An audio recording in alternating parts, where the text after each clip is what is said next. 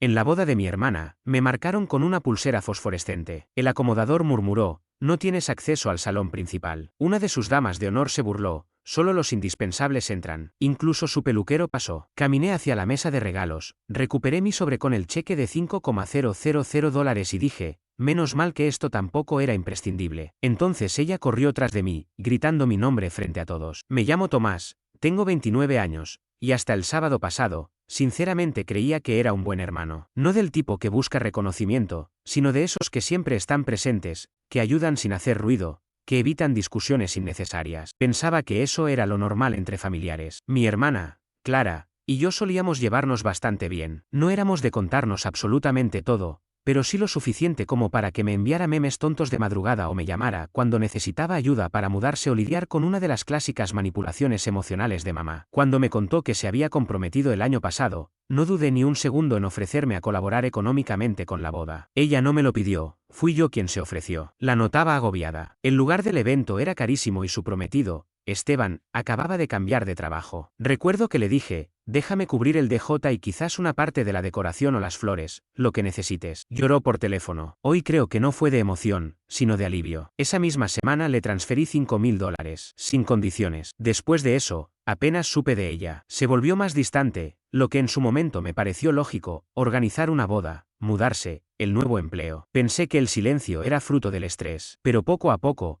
empecé a notar detalles extraños. No me incluyó en el grupo de chat que creó con los del cortejo y la familia cercana. Cuando le pregunté, me dijo que eran más que nada para las chicas y se rió. También vi que en una publicación familiar en redes, donde hablaban de su equipo increíble de apoyo, mi nombre no aparecía, ni siquiera en los comentarios. No lo mencioné, no quería parecer inseguro. Supuse que quizás fue un descuido, que no había sido intencional. Todo explotó en la cena de ensayo. Llegué puntual, con una bolsa de regalo en mano, vistiendo justo lo que ella me había indicado. Al llegar, me recibió la madre de Esteban, con cara de sorpresa. Me miró de arriba abajo y preguntó: ¿eres el hermano de Clara? Pensé que no ibas a venir. Nada cálido, pero sonreí, me contuve y me senté al final de la mesa, cerca de la salida. Noté que no aparecía en el programa. Durante los brindis, Esteban agradeció a sus padres, a sus padrinos, a su barbero y hasta a su compañero de cuarto de segundo año de universidad. Clara tomó el micrófono para dar las gracias a sus damas de honor y a su familia elegida, esa que siempre estuvo ahí. Yo no fui mencionado, ni una sola vez. Me quedé mirando el vaso de agua y repetí mentalmente que no debía tomármelo a pecho. No estaba allí para figurar, solo era apoyo. El día de la boda fue el quiebre. Llegué temprano,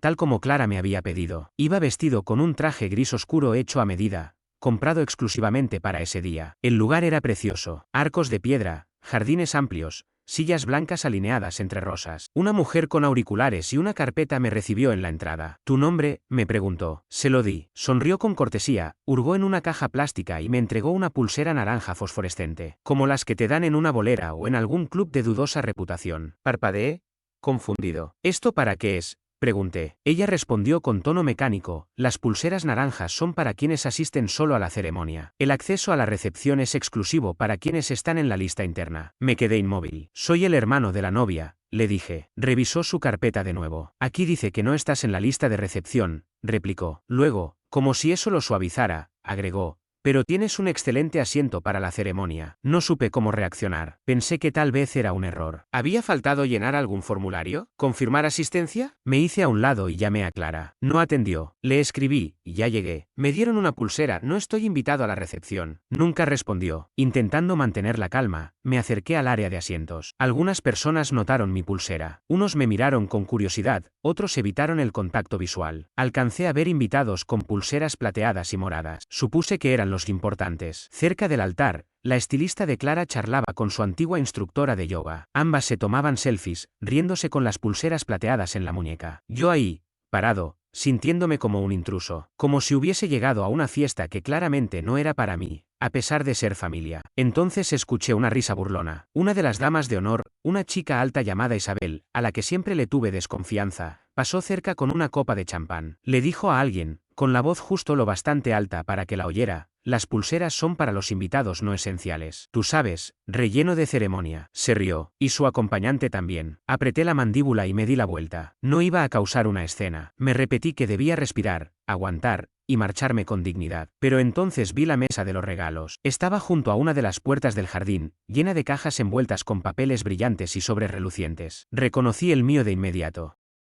Lo había comprado con intención, un sobre azul oscuro de terciopelo, sellado con cera. Quería que fuera especial. Dentro había puesto el cheque de $5.000 que le había enviado semanas antes, con una nota escrita a mano: les deseo alegría, fortaleza y algo ruidoso para bailar. Y en ese momento, no sé qué me impulsó. Fue como si las piernas se movieran solas, sin pensarlo. Caminé directamente hacia la mesa, tomé el sobre de entre la pila y me di la vuelta. Algunas personas me observaron con desconcierto. Una mujer frunció el ceño, como si fuera a decir algo, pero no se atrevió. Levanté el sobre y lo mostré, diciendo en voz alta, para que cualquiera cerca pudiera oír. Menos mal que esto tampoco era esencial. Alguien soltó un suspiro ahogado. Entonces seguí caminando. No corrí, no me apresuré. Caminé con paso firme por el pasillo al que, según ellos, yo no merecía pertenecer. Pasé junto a las cintas plateadas y púrpuras, entre sonrisas forzadas y miradas incómodas. Escuché que alguien gritó mi nombre. Una vez, luego, más fuerte. «Tomás». Era Clara. Bajaba a toda prisa por las escaleras del jardín, levantando el borde de su vestido, los tacones golpeando el suelo de piedra. Me alcanzó justo antes de que llegara a la reja. «¿Qué estás haciendo?», preguntó,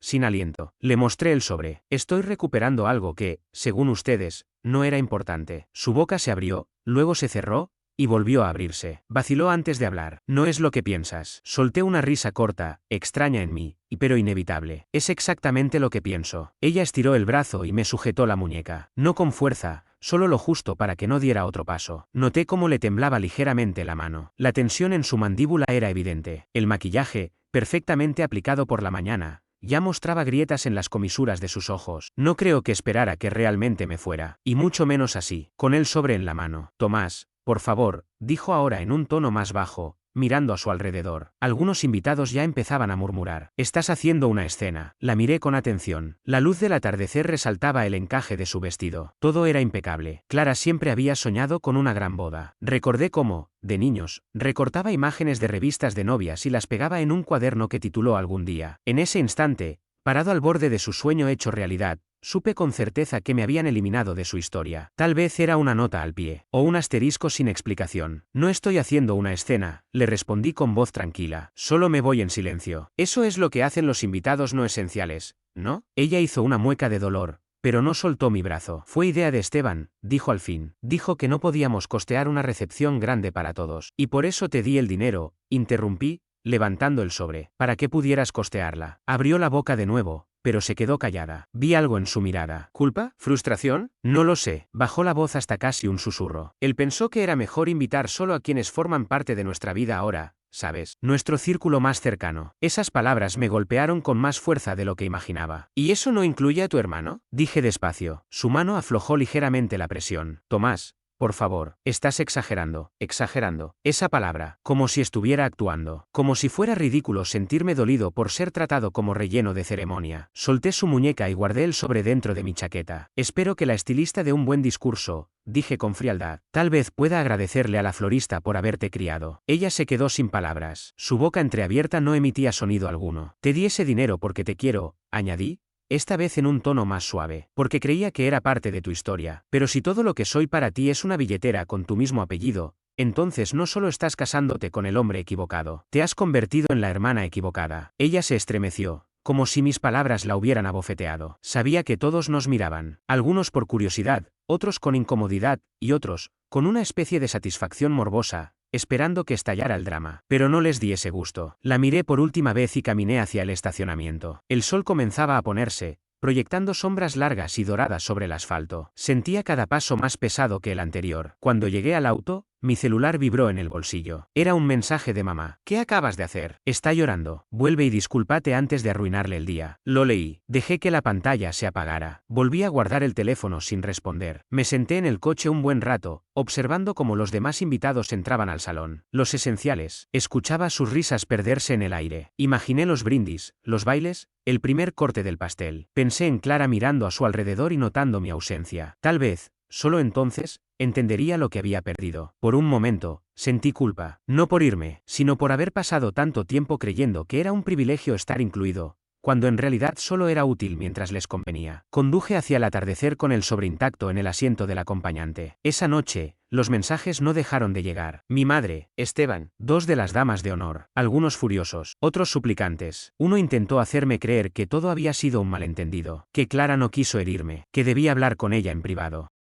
Que avergoncé a la familia. Pero el más inesperado llegó a medianoche. Era de papá. 5 palabras. Hiciste bien en irte. Y ahí fue cuando supe que no estaba loco. No era exagerado. Solo estaba cansado de fingir que tenía un lugar en donde claramente no era bienvenido. Pero a la mañana siguiente, ocurrió algo que no esperaba. Desperté con más de 20 mensajes sin leer. Al principio ni siquiera quise revisar los mensajes. Imaginé que serían más consecuencias, más reproches de parte de familiares que llevaban años sin decir una sola palabra, pero que ahora parecían desesperados por salir en defensa del gran día de Clara, como si hubieran estado presentes durante el silencio, las exclusiones o las pequeñas humillaciones que terminaron con esa pulsera en mi muñeca. Sin embargo, un nombre llamó mi atención, el de mi tío Gray. En realidad, Gray no es mi tío, es primo de mi padre, pero desde que tengo memoria todos lo llaman así. De niño, fue el único adulto que realmente notaba cuando algo no iba bien. Siempre fue reservado, atento, observador, nunca se metía, a menos que realmente valiera la pena. Por eso, cuando vi su nombre en mis notificaciones, dudé un segundo y luego abrí su mensaje. ¿Podemos hablar? Creo que hay algo que deberías saber. Eso fue todo, sin sermones, sin reproches, solo una invitación tranquila. Lo llamé 20 minutos después, aún medio dormido,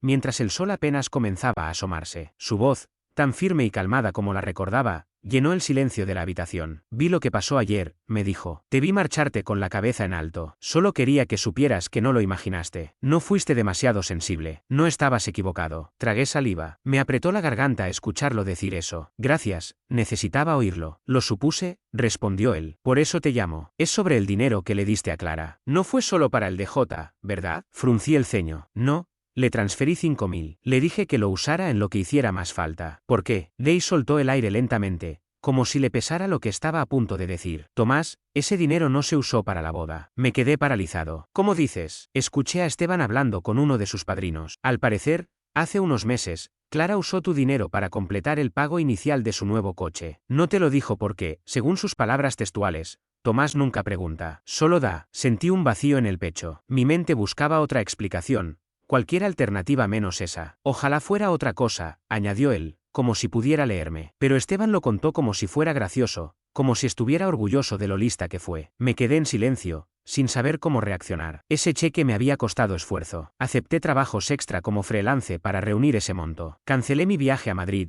postergué una cirugía dental, pero me convencí de que valía la pena. Pensé que ayudar a Clara a comenzar su vida matrimonial era más importante que mis propios sacrificios. Lo siento, chico, dijo Rey en voz baja. Dudé en contártelo, pero después de lo de ayer, no podía quedarme callado. Me llevé las manos a las sienes. Todo se acumulaba, la ofensa de la pulsera, la humillación pública, y ahora esto. Habían tomado mi apoyo y lo usaron a escondidas, en un coche. Gracias por decirme, murmuré por fin. Hay algo más, dijo tras una breve pausa. Tal vez quieras revisar la página privada del registro de regalos. No la pública, sino la que le mandó al grupo de sus amigas. Abrí la computadora con los dedos temblorosos. Busqué entre mis correos. No había sido incluido en ese grupo, pero recordaba el dominio del enlace. Tras unos clics, accedí, y fue como recibir una segunda bofetada. Había una sección exclusiva llamada Amigos y VIPs, donde aparecían regalos especiales y contribuciones destacadas. En la parte superior, un fondo para mejorar su luna de miel en un spa, y junto a él, mi nombre listado como contribuyente confirmado,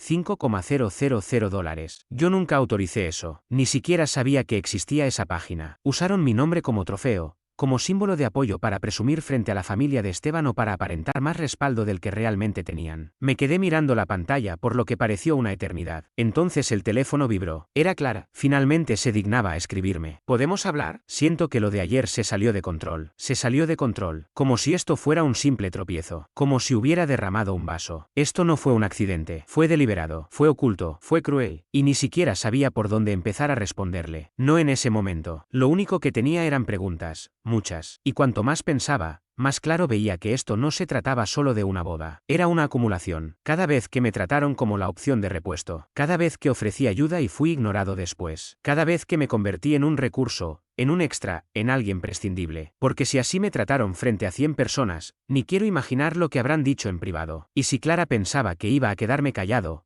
que me iría en silencio como siempre, estaba muy equivocada. Todavía me quedaba un mensaje más por enviar, y esta vez, no iba a ser educado. No respondí su texto de inmediato. Necesitaba tiempo. Tiempo para digerirlo, para enfriar la rabia, para entender el peso de lo que acababa de descubrir. Porque esto ya no era solo un conflicto familiar. No se trataba de una pulsera, de una lista de invitados, de un DJ o de una maldita luna de miel. Era la forma en que me habían ido borrando, desdibujando, reducido a un rol funcional, a una billetera con traje. Así que decidí guardar silencio unos días. No la bloqueé, no armé un escándalo en redes, no dije nada. Todavía. Esperé en silencio. No necesitaba decir nada más. El silencio hizo su trabajo por mí, y fue entonces cuando las primeras grietas comenzaron a aparecer. Para el lunes, empezaron a llegarme llamadas de algunos familiares. Había quienes estaban confundidos, otros bastante molestos, pero unos pocos, los menos, estaban genuinamente intrigados. ¿Por qué te fuiste antes de la recepción?, preguntó una tía, en voz baja, casi como si temiera ser escuchada. Notamos que no apareces en ninguna de las fotos. Y ahí comprendí algo importante. Clara no había contado la verdad. Al menos, no toda. Les había dicho que me había ido antes por una emergencia. Pero no mencionó lo del brazalete, ni cómo fui excluido, ni el mal uso del dinero que había ofrecido para ayudarla. Esas partes las omitió deliberadamente. Probablemente porque, en el fondo, sabía que eso la haría quedar mal. Ese intento de minimizar lo ocurrido, esa forma de sonreír con despreocupación durante la ceremonia, empezó a desmoronarse. La culpa que quiso ignorar ahora comenzaba a pesarle. Así que decidí responder. Respiré hondo. Abrí el hilo de mensajes con Clara y escribí: está bien, hablemos. Pero prefiero hacerlo por correo. Así evitamos malentendidos. Respondió 10 minutos después con un ok acompañado de ese emoticono pasivo-agresivo que siempre usaba cuando quería fingir que todo estaba bien, aunque claramente no lo estuviera. Le escribí un correo, sin rencor ni dramatismo, solo la verdad. Le conté lo que sentí al recibir ese brazalete, lo humillante que fue ser tratado como un simple adorno en su boda. Le dije cuánto me dolió escuchar a una de sus damas de honor llamarme no esencial, como si mi presencia fuera un favor que me hacían. Le recordé que estuve orgulloso de apoyarla, y como ella y Esteban convirtieron ese gesto en algo egoísta. Usaron el dinero que les di para comprar un coche, y luego fingieron que lo había donado para el spa, haciéndome quedar como si yo hubiera contribuido a algo que ni siquiera conocía. Le dije que me sentía usado, pero más que eso, me sentía descartable. Terminé el mensaje con estas palabras: te quiero, Clara, pero creo que has confundido mi lealtad silenciosa con indiferencia. No es que no me importe, es que te di el beneficio de la duda demasiadas veces. Cruzaste un límite, no por el brazalete, ni por la recepción, ni por el dinero, sino por asumir que yo no me daría cuenta, que no me importaría, que no valía la pena incluirme. No quiero discutir, pero tampoco quiero fingir que esto no pasó. Presioné enviar y esperé. 3 horas después, me respondió. Su mensaje era largo, párrafos llenos de excusas, disculpas a medias y razonamientos confusos. Decía cosas como: no creímos que te molestaría, Esteban opinó que había que hacer recortes difíciles, siempre has sido tan generoso, jamás quise herirte. Y entonces soltó la frase clave: sinceramente, creo que estás exagerando. Si te hubieras quedado y hablado conmigo, todo esto se habría resuelto en privado, pero ahora lo has convertido en algo enorme. Ahí supe que no había cambiado. No de verdad. Así que le mandé una última respuesta. No, Clara, no fui yo quien convirtió esto en algo grande. Fuiste tú cuando preferiste dejarme fuera de la recepción y meter a un desconocido en mi lugar. Fuiste tú cuando usaste mi dinero para un coche y luego inventaste que lo doné para una mejora de luna de miel que ni sabía que existía. Ahora solo estás molesta porque alguien finalmente se atrevió a decirlo en voz alta. No voy a seguir siendo parte de este patrón. Te deseo un buen matrimonio, sinceramente. Pero no vuelvas a esperar que interprete el papel que escribiste para mí. Desde entonces, no he vuelto a saber nada de ella. Lo que vino después fue bastante revelador. Algunos primos me escribieron por separado. Varios dijeron que notaron mi ausencia en las fotos de la boda y querían saber qué había pasado. Les conté la verdad, sin adornos, sin exageraciones. No hacía falta. La historia se explicaba sola, y poco a poco fue circulando. Los padres de Esteban se enteraron más tarde. Ellos estaban convencidos de que habían pagado al DJ y otros gastos. Cuando descubrieron cómo se había usado realmente mi aporte, todo se tensó. Yo no estuve presente cuando ocurrió ese enfrentamiento, pero el tío Rey me contó después que Clara y Esteban tuvieron una discusión bastante intensa con sus suegros por el tema del dinero. En cuanto a los $5.000, cancelé el cheque. Todavía no lo habían cobrado. Llamé al banco, expliqué la situación y lo anulé. Luego le envié un último mensaje a Clara: he cancelado el cheque. Tómalo como un límite, no como un castigo. No volveré a pagar con silencio. Una semana más tarde, recibí un sobre Manila sin remitente, pero reconocí su letra de inmediato. Era de Clara. Dentro venía una carta escrita a mano y una fotocopia de un cheque a mi nombre por $5.000. La carta era breve, solo unas líneas. Has dejado clara tu postura. No estoy de acuerdo con todo lo que dijiste, pero ahora lo entiendo. Lo siento, esto es lo que te corresponde. No deposité el cheque. Ya no necesitaba ese dinero. Lo que necesitaba lo había conseguido, un cierre, claridad y una separación definitiva. Guardo ese cheque en el cajón de mi escritorio, no como un reproche, sino como recordatorio de algo esencial. La familia no siempre es la que te cría, sino la que te valora, te incluye, te respeta. Y si no lo hacen, tienes todo el derecho a alejarte, con el sobre en la mano y la dignidad intacta. ¿Me invitarán al baby shower? Lo dudo, pero por primera vez, no me molesta, porque he dejado de presentarme donde no soy bienvenido. Y sinceramente, la libertad se siente mucho mejor que el perdón.